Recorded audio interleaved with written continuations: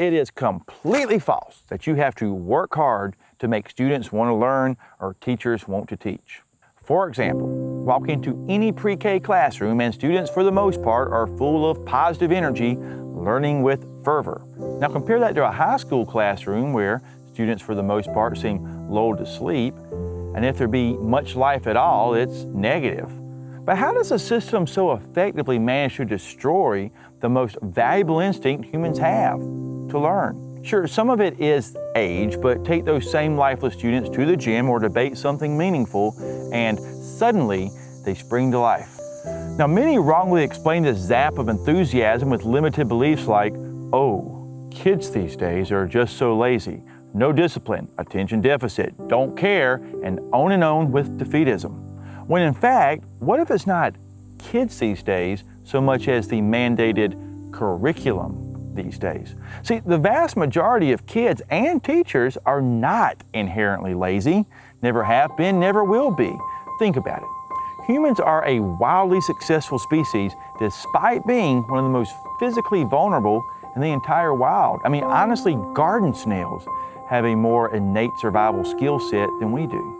In other words, our main key to survival has always been creating solutions. In a word, learning. It's what we do as humans. Likewise, if kids and teachers are burned out, it's not a lack of desire to learn, it's a system that keeps separating humans from what learning naturally is. So instead of making students, educators, and parents adapt to a failing system, perhaps it's time to start making the system adapt to better match and serve the miraculous human spirit and our innate thirst for knowledge. Because maybe humans were just never meant to reduce the wonder of life, living, and self-realization down to A, B, C, or D, sometimes E.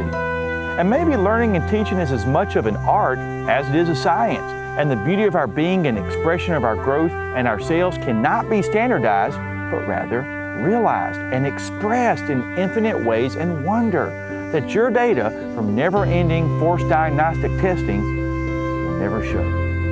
Let kids play, laugh, learn, not just sit in rows test prepping the day away. Let teenagers think, not become multiple choice experts. Let teachers teach, not be glorified test proctors. I mean, making the change is easy. It just starts with changing our beliefs and believe in, not in tests, but in the truth of the human mind. And once this change is made, watch out. You'll have naturally engaged students, your best teachers no longer leaving the profession, and parents happy to see their child happy and thriving. See, working with, not against, the human spirit generates infinite more joy and output. And since we ultimately all want what's best, let's work together, not against each other, to change the system so humans can get back to doing what we do best, learning and living with energy, not multiple choice testing through forced compliance.